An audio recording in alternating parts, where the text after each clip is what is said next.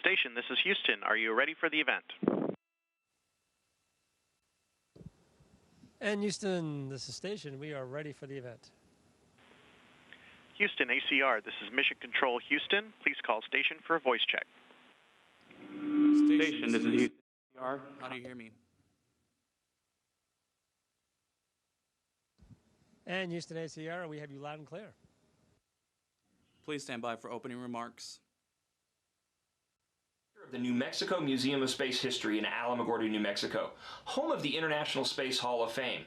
We'd like to thank the folks at NASA for giving us this downlink opportunity, and especially the crew of the International Space Station for taking time out of their extremely busy schedules. We've been working this spring with students from the Alamogordo, Cloudcroft, Hondo, and Ruidoso school districts. And so, without further ado, let's get to their questions. Hi, my name is Tyler, and my question is, how does the Canadarm work?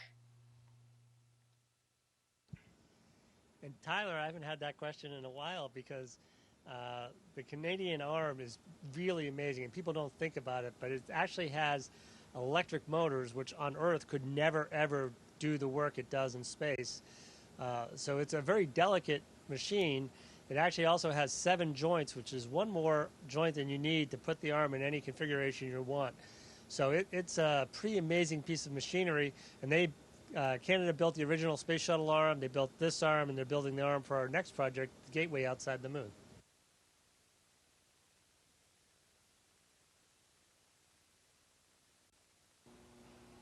Hello, my name is Gracie Ann, and my question is, what are ways, other than using a treadmill, that you can exercise in space? Hey, Gracie Ann. Well, that's a really good question because exercise is super important to us up here. So much so that we actually schedule about 2 hours of exercise time because one of the downsides of being in microgravity is that your bones don't get the pressure that they normally do on Earth from walking and standing and just doing the day-to-day stuff that you do. So up here we do resistance exercise on a machine called ARED, which is a really cool machine that uses vacuum cylinders to create resistance so that we can exercise. We also have a treadmill, like you said, and that's kind of cool because we have to put a harness on and bungee ourselves to the ground so that we get pulled down onto the treadmill so that while it's turning beneath us, we can run. And then we also have a stationary bike that we clip into. The cool thing about that is that it's missing a seat because in microgravity, you don't need to support your upper body. So you can just pedal while your upper body just kind of flies around and floats around. So it's really cool to be exercising up here and see the way that microgravity affects the things that we do. Hi, my name is Jordan, and my question is, what is the most important part about your job?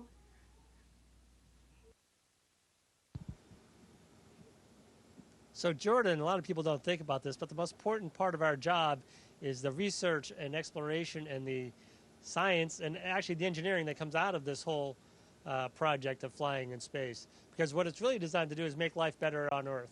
So right now on board the International Space Station, there's hundreds of experiments going on, some of which we're a part of, some of which we have to tend to, some of which they operate without us. But it's an amazing laboratory, and everything we do here provides benefit for life on Earth. Hi, my name is Stella, and my question is, if an astronaut becomes ill while on the space station, what special protocols or quarantines are put into place to keep the other astronauts safe? Hey, Stella. Yeah, it's really important that we stay healthy up here so that we can do all the work that Steve talked about.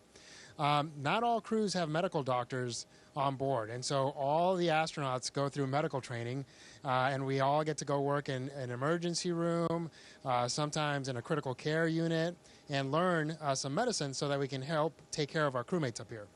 For those of us that are medical doctors, we can use all that knowledge that we received during our training and during our professional careers and help our crewmates up here. But the good thing is most astronauts are in really good health, and so most of the time we don't really get sick. The other cool thing that we do is we go through 2 weeks of quarantine prior to launching, and that essentially protects us from any acute illnesses before launch, and so it's really unlikely that we'll actually bring any diseases up here.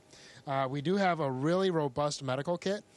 This is just one of about 10 different kits that we have up here that we can use in case of a medical emergency. We also have some like world-class doctors that are on the ground supporting us, and if anything were to happen, we basically make a phone call and they can help walk us through treating whatever medical emergency shows up here. But for the most part, we stay pretty healthy, and that's the way we like it. Hi, my name is Elliot, and my question is, what is the most interesting feature of Earth you have seen from space?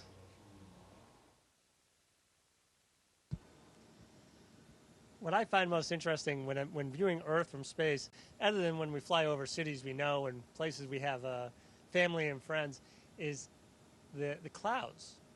Because clouds have incredible textures, and you see layers and layers sometimes of different cloud formations as they cross and as fronts meet each other.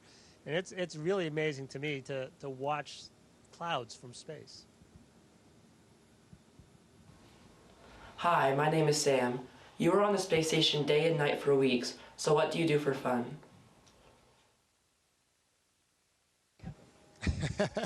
Hey, Sam. Well, Steve says we have no fun, but I disagree. We actually try to have fun quite a bit. You know, just floating around is a lot of fun, and so day to day, we try to do that pretty much nonstop. We'll often have races to get to our next work spot as fast as possible, and we just try to enjoy it up here. But you know what? You're right. After a while, work can get kind of tedious, and so we do like to spend time together as a crew. We'll have dinner together. We'll watch movies together on the weekends, and sometimes just looking out the window can be a lot of fun. And so most of us will spend several minutes, if not hours, every week trying to do that because it's a beautiful view to look out the window. Hi, my name is Emily, and my question is, what is the most interesting thing that has happened to you during your training or while you've been in space? Emily, that's actually a very difficult question to answer because every day everything is somewhat new. Our days are different every single day. Some of the tasks we do repeat over and over again. Spacewalks are incredibly amazing to be a part of. Just looking out the window and seeing what's going on is incredible to be a part of. And then if you think about the fact that we've had, well, Frank's had 1, 2, 3, basically almost 5 docked vehicles come visit, including cargo vehicles, while he's been here. And those are very large vehicles, and they're meeting us in space, and we're traveling at 17,500 miles an hour. That's just absolutely amazing. So the whole thing is incredible. You should come up and visit sometime. Hello, my name is Xander. My question is, what experiments do you do in space that you can only do in space that helps humanity most? Hey, Xander. Well, you know, that is the actual entire purpose of the International Space Station, is to come up here and do science that hopefully will help humanity back on Earth. Some of the forces that we have here, or lack of forces, such as convection and gravity, allow us to do experiments that you just can't do back on Earth. Some material science, so we'll melt different metals and see how they respond to a lack of gravity. We can make crystals that are really perfectly shaped because of that lack of gravity and convection.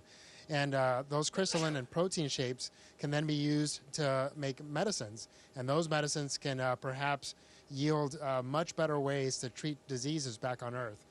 We also study our own bodies. We go through a lot of changes up here, some of which mimic aging. So like bone degradation, muscle wasting, all those things happen up here because of microgravity, but they happen really fast. And so we can study those changes and see how we can affect them and perhaps get rid of them so that we can help all of humanity back on Earth. Hi, my name is Addison. My question is, why does the spacecraft drop parts whenever it goes into orbit?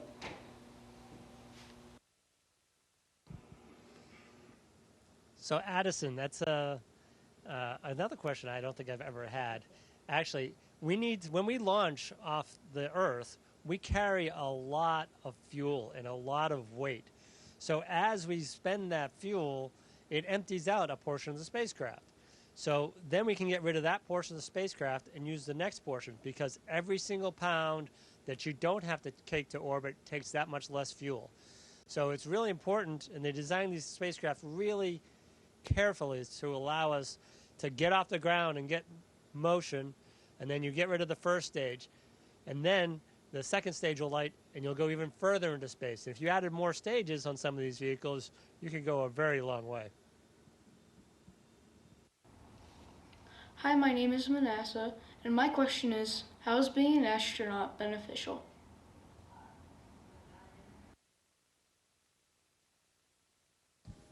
Hey, Manasseh. Yeah, we hope that what we do up here is really beneficial to all of our friends and family and all of humanity back on Earth. So up here, we come up here and we innovate in a lot of different ways. So we come up with new technologies, new sciences that we can then turn around and use back on Earth. We explore, and I think exploration is part of just humanity. We love to find new places, new things, and so showing the rest of humanity that, hey, we can go to low Earth orbit, we can go to the moon, and eventually we'll hope to be able to go to Mars. We hope that all of those things help to inspire not just adults, but especially kids like you guys, so that someday you can do even bigger and better things than what we're doing now, and we can all just sit there in our rocking chairs and say, wow, they're doing really amazing things. So yeah, I think all of those things are how we benefit humanity. Hi, I'm Emily, and my question is, do you ever get bored? Emily, I never get bored. I never get bored on Earth. I never get bored up here. It's just, it's sensory overload. You're never going to be bored up here, because if you ever get tired of looking at one thing, you look at another. Our schedule changes day to day. What we're doing week to week changes. We just had guests up here from a visiting crew. We have a cargo vehicle coming in another week. We've had vehicles come and go. And then just spending time with my crewmates is just fantastic. So no, never get bored up here. Hi, my name is Jaden, and my question is, how do you eat warm stuff?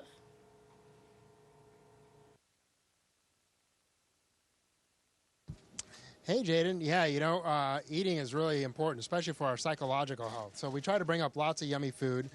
Most of it, like Steve is showing you here, comes in these two types of different packets. One looks like an MRE, which is a meal ready to eat that the military uses.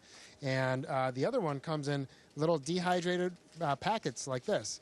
And we basically hook it up to a little machine that shoots water in there. And both of these packets we can put in a small little hot plate that we have.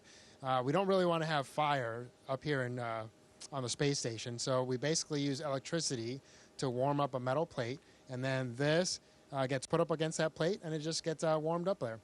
We normally try to put that stuff on there maybe an hour or two before we're ready to eat, so that it's nice and warm by the time we're ready to have breakfast or lunch or dinner. Hi, my name's Nehemiah. My question is, how did you sign up to be an astronaut?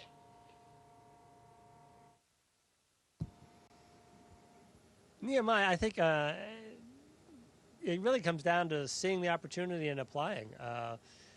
When I applied, the Navy put out a message, and I followed the directions in the message. I think when Frank applied, it was a USA Jobs opening or something. And you literally apply. They'll screen the thousands and thousands and thousands of applicants. I think there were 18,000 applicants for year, and it shows a few people. So it's pretty interesting selection process, and we get great people. Obviously, after my class, I mean, these guys are incredible, and it's you just to follow the directions. Really comes down to meet the requirements and follow directions. Hi, my name is Dylan, and my question is, why did you decide to be an astronaut?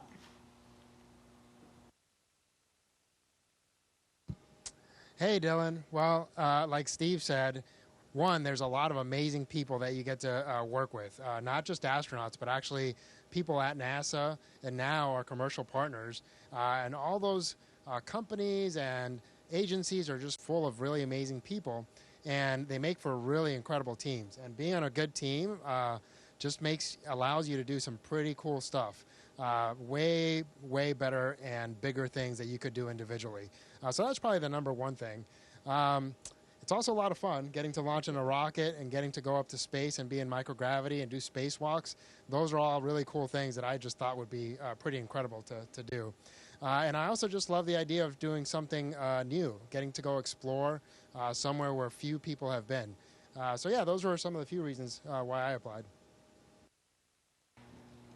Hi, my name is Jacob, and my question is, when you're floating around in space and you look at Earth, how do you feel?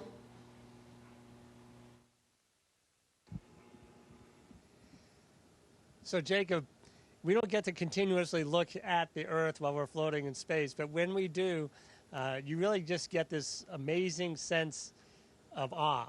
You know, you're just amazed that not just the fact that you're up here looking down at Earth, but Earth itself is just absolutely amazing. And every time you look at it, night or day, there's incredible things to see. Lightning storms at night, cities at night, clouds, dusk and dawn, the continents, the oceans. It's absolutely unbelievable. As always, it's amazing to get a chance to talk to an astronaut actually out in space. So, on behalf of the students of the Alamogordo, Cloudcroft, Hondo, and Ruidoso school districts, the New Mexico Museum of Space History, and the International Space Hall of Fame, we want to thank NASA and the astronauts on the space station for taking time out of their very busy days. Thank you.